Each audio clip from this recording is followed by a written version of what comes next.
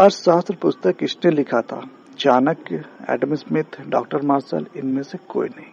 अर्थशास्त्र पुस्तक किसने लिखा था? चाणक्य। आधुनिक अर्थशास्त्र का जनक किसे कहा जाता है? Adam Smith, Marshall, Robbins, Pigou.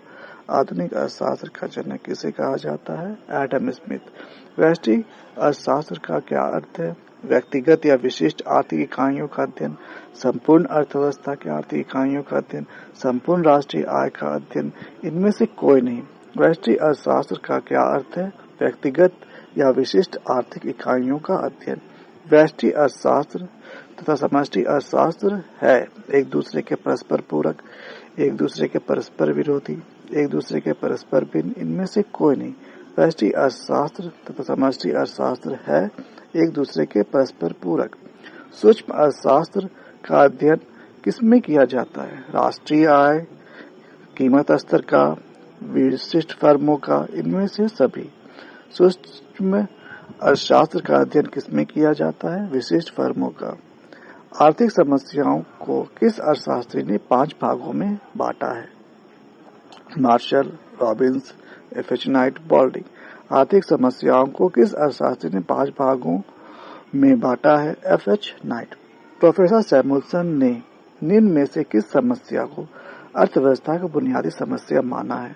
वस्तुओं का कितनी मात्रा में उत्पादन किया जाए, वस्तुओं का उत्पादन किस प्रकार किया जाए, वस्तुओं का उत्पादन किन के लिए किया जाए, इनमें से सभी। प्रोफेसर सैमुअल्सन ने निम्न में से किस समस्या को अर्थव्यवस्था का बुनियादी समस्या माना है? इनमें से सभी। व्यष्टि अर्थशास्त्र के अंतर्गत निम्न में से किसका अध्ययन किया जाता है? व्यक्तिगत इकाई, आर्थिक समग्र, राष्ट्रीय आय, उपयुक्त सभी। व्यष्टि अर्थशास्त्र के अंतर्गत निम्न में से किसका अध्ययन किया जाता है? उपयुक्त सभी। व्यष्टि अर्थशास्त्र की कौन कौन सी शाखाएं हैं? वस्तु कीमत निर्धारण, सार्वधन कीमत निर्धारण, आर्थिक कल्याण, उपयुक्त सभी। व्यष्टि अर्थशास्त्र की कौन कौन सी शाखाएं हैं? उपयुक्त सभी। उत्पादन के निम्न में कौन साधन है? भूमि, काम, पूंजी, उपयुक्त सभी। उत्पादन के निम्न में कौन साधन है? उपयुक्त सभी।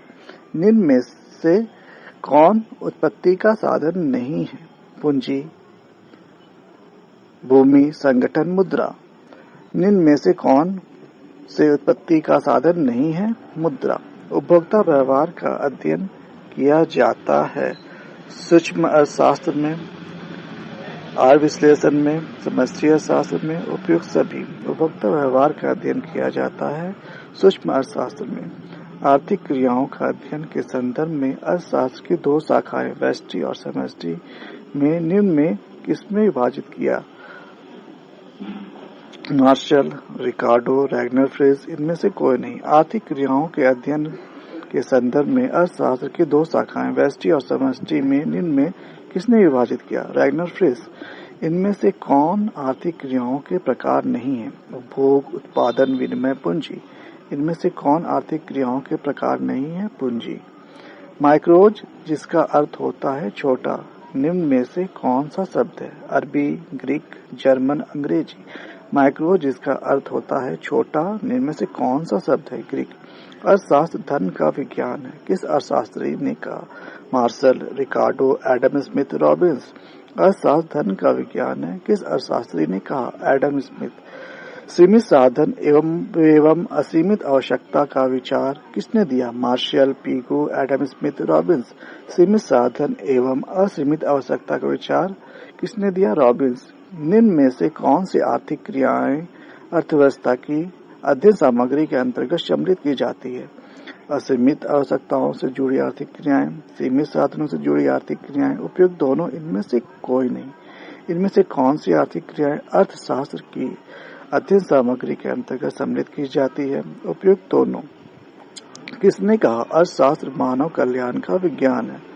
Martial, Paul Samuelson, J S. Mill, Adam Smith. किसने कहा अर्थशास्त्र मानव कल्याण का विज्ञान है? मार्शल। किसने कहा अर्थशास्त्र चयन का विज्ञान है? Hicks, Keynes, Robbins, Marshall. किसने कहा अर्थशास्त्र चयन का विज्ञान है? रॉबिन्स। किसने कहा अर्थशास्त्र कभी वास्तविक विज्ञान होता है और कभी आदर्श विज्ञान है? मार्शल, फ्रेडमैन, किन्स, इनमें से कोई नहीं। किसने कहा अर्थशास्त्र कभी वास्तविक विज्ञान होता है और कभी आदर्श विज्ञान है? फ्रेडमैन। अर्थशास्त्र की विषय वस्तु का अध्ययन किन शाखाओं के अंतर्गत किया जाता रहा है? व्यष्टि अर्थशास्त्र, समष्टि अर्थशास्त्र, उपयुक्त दोनों, उपरोक्त कोई नहीं। अर्थशास्त्र की विषय वस्तु का अध्ययन किन शाखाओं के अंतर्गत किया जाता है? उपयुक्त दोनों। निम्नलिखित अर्थशास्त्री में से कौन दुर्लभता संबंधी विचारधारा के नहीं है? रॉबिन्स, विक्स्टेड, पिगू, इनमें से कोई नहीं।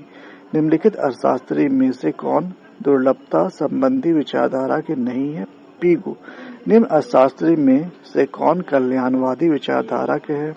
Adam Smith, Wicksteed, Cannan, Walker. निम्न अर्थशास्त्री में से कौन कल्याणवादी विचारधारा के हैं? कैनन। अर्थशास्त्र में शब्द व्यष्टि एवं समष्टि का प्रयोग सर्वप्रथम किस अर्थशास्त्री ने किया? Marshall, Malthus, Ragnar Frisch, Pigou. अर्थशास्त्र में शब्द व्यष्टि एवं समष्टि का प्रयोग सर्वप्रथम